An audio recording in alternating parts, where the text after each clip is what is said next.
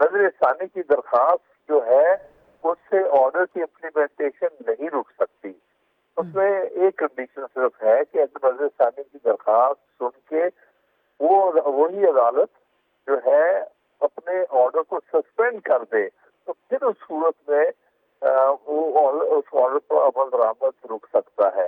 ورنہ ہر منٹ یہ توہین عدالت ہو رہی ہے کیونکہ وہ آرڈر ان دا فیلڈ ہے اور آرڈر پر عمل درآمد کرنا جو ہے یہ حکومت کا فرض ہے آئین کے مطابق. اور آئین میں کہا ہوا ہے کہ ہر ایگزیکٹو اتھارٹی جو ہے وہ سپریم کورٹ آرڈر کو امپلیمنٹ کرنے کے لیے اپنا رول پلے کرے گی. سر ریویو کے لیے تو ایک سیٹ پریسیڈنٹ ہے کہ اسی بینچ کے سامنے جاتا ہے. واٹ اباؤٹ کنٹیمپٹ کی پٹیشن, وہ کس بینچ کے سامنے جائے گی؟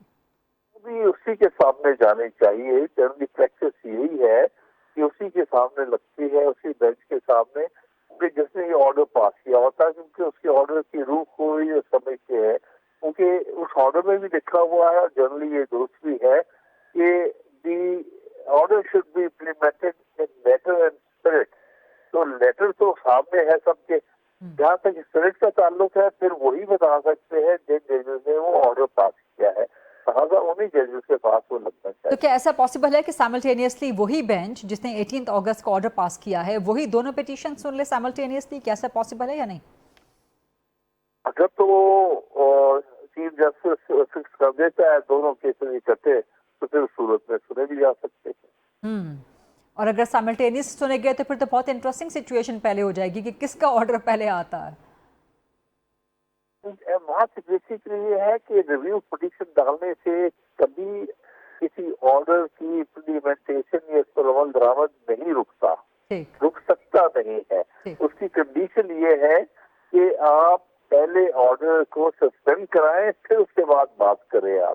آپ ایسے تو نہیں کر سکتے. ٹھیک, لیکن توہین کی درخواست میں بھی تو نوٹس ہوئیں گے نا پھر حکومت کو, اس فریق کو, تو وہاں جا کے وہ فریق وہی موقف اختیار کر سکتا ہے کہ میں نے نظر ثانی پٹیشن بھی دائر کی ہوئی ہے, اس پہ پہلے فیصلہ ہونا چاہیے. اور اگر حکومت کنونس کر لیتی ہے سپریم کورٹ کو کہ سیکیورٹی کا بہت ایشو ہے, آج بھی رانا ثناء اللہ نے کہا کہ کوئی کرمنل, کوئی دہشت گرد شفا میں بہت رش ہے, ہمارے پاس اوتھینٹک رپورٹس تھیں کہ وہ فائدہ اٹھا سکتا ہے.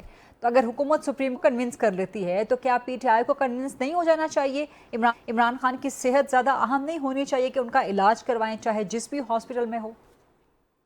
دیکھیے بات یہ ہے کہ رانا ثناء اللہ کسی اور کا بیان کو مانے نہیں رکھتا. جو ان کا رویہ پچھلے 2.5 سال سے چل رہا ہے اس میں کوئی ان کی جنون جو ہے ایکٹ نہیں ہے, بلکہ ہم سمجھتے ہیں کہ ان کے ہر کام جو ہے وہ بدنیتی پہ مبنی ہوتا ہے. اور یہ جو کچھ کہہ رہے ہیں کہ ہمیں یہ رپورٹ تھی, ہمیں وہ رپورٹ تھی, یہ ساری باتیں بیکار ہیں. بلکہ صرف ایک وزیر کا جو پارلیمنٹری افیئرز کا صرف اس کا ہی بیان کچھ سچائی کے قریب تھا جب اس نے پہلا بیان دیا کہ ہم تو امپلیمنٹ کرنے جا رہے تھے اور ہم نے ایک ڈاکٹر کو بھیج بھی دیا تھا وہاں پر شفا میڈیکل. لیکن اس میں جو ہماری ایجنسیاں ہیں یا ہماری جو اسٹیبلشمنٹ ہے ان کی طرف سے, سیکیورٹی ایجنسیز کی طرف سے ہمیں یہ اطلاع ملی تھی کہ لے کے نہ جائیں, خطرہ ہو سکتا ہے. صرف اس کا مطلب یہی تو رانا ثناء نے کہا, یہی رانا ثناء نے کہا کہ ہمارے پاس اوتھینٹک رپورٹس تھیں کہ شفا میں کوئی اٹیک ہو سکتا ہے خدا نخواستہ عمران خان پہ. بالکل غلط, بالکل بنیاد بدنیتی پر مبنی قسم کا بیان ہے. اس نے ایسی جس منسٹر کی میں بات کر رہا ہوں جو کہ منسٹر پارلیمنٹری افیئرز ہے, اس نے یہ باتیں نہیں کی. اس نے کہا ہماری نیت تو تھی لیکن ہمیں سیکیورٹی ایجنسیز کی طرف سے ہمیں کہا گیا کہ نہ ان کو نہ لے کے جایا جائے. سر دونوں باتوں کا وہی مقصد ہو سکتا ہے نا کہ رپورٹس ہمارے پاس آئیں, ایجنسیز نے رپورٹس دیں, اسی طرح سے الرٹس وغیرہ جاری ہوتے رہتے ہیں حکومت کے معمول کے مطابق. لیکن کیا پاکستان تحریک انصاف جو کہ ایڈمنٹ ہے, جو کہ بضد ہے کہ سپریم کورٹ کے اسی حکم پہ عمل ہو کہ شفا میں, تو کیا پھر پی ٹی آئی سیکیورٹی کی ضمانت دے گی, جان کی گارنٹی دے گی عمران خان کی شفا میں منتقلی کی؟ گارنٹی تو حکومت کو دینی ہے, لیکن جس کے پاس اختیار ہے اس میں ایشور کرنا ہے کہ اس میں امپلیمنٹیشن ہو اور سیکیورٹی سچویشن کو ہم کنٹرول کریں. یہ تو کبھی جو ہے اپوزیشن کے پاس تو اختیار ہی کوئی نہیں ہے, یہ گارنٹی نہیں دے سکتی, گارنٹی تو حکومت دیتی. تو ان کا فرض ہے کہ سپریم کورٹ کا آرڈر 1 on 1